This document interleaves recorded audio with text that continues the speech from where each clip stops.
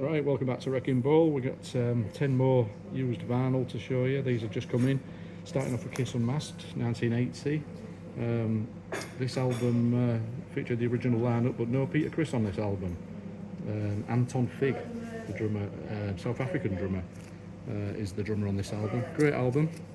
Not many people like it, but I do. And this copy is on the Casablanca label. That's Kiss Unmasked from 1980. And then we've got Yes, the Yes album, 1970. This is the album where Steve Howe joined. Famous album with Yours Is No Disgrace on it, and I've Seen All Good People. Bill Bruford's on drums, Tony Kern keyboards, John Hanson and the great Chris Squire on bass. And this is on the Atlantic label. Oh, it is a reissue. The original of this was on the Atlantic Plum label. And then we've got Nils Lofgren. Nils from 1979. This album was produced by Bob Ezrin of Kiss, Alice Cooper, Pink Floyd fame.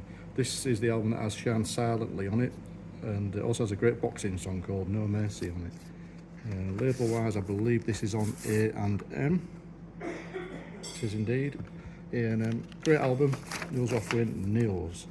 And we've got Kate Bush's 1982 album, The Dreaming. This is probably my favourite Kate album, very experimental. Not an easy album to find actually now.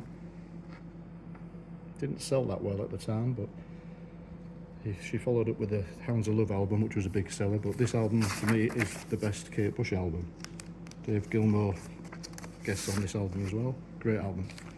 Then we got a prog classic in Focus Moving Ways, 1971. Focus, the great Dutch prog band. This is the album which has Hocus Pocus on it, but it's got a lot more else as well. Eruption on the second side. Great album. This is on Blue Horizon.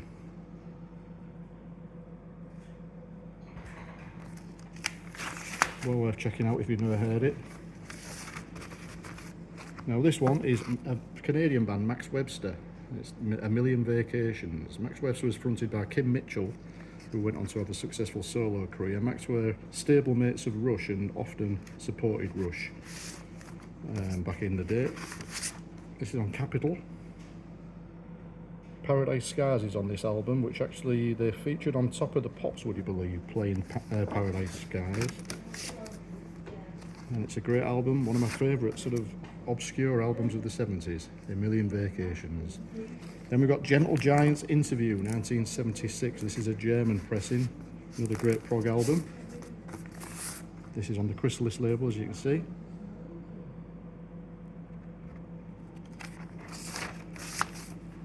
And that's in nice condition. We've got David Bowie Live. David Live. This is the album just after he split the original Spiders from Mars band up and after Aladdin Sane. This has Earl Slick on guitar. And this is a double album recorded in Philadelphia. Gatefold sleeve. This was his Thin White Duke period. Earl Slick on guitar, as I say. Michael Kamen, the composer, on piano.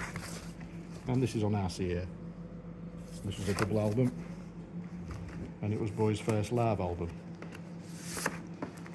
Pink Floyd, Bebop Deluxe. Drastic Plastic. This is their last album before Bill Woods to depart and start Red Noise. This came out in 1978 on the Harvest label.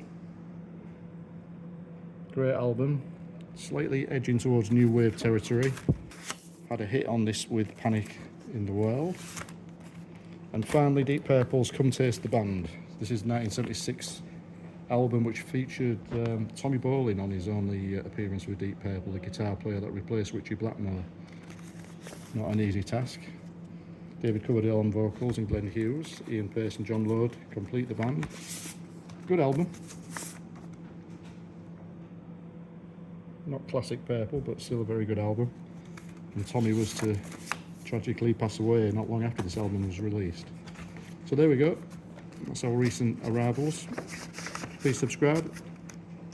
Thanks again.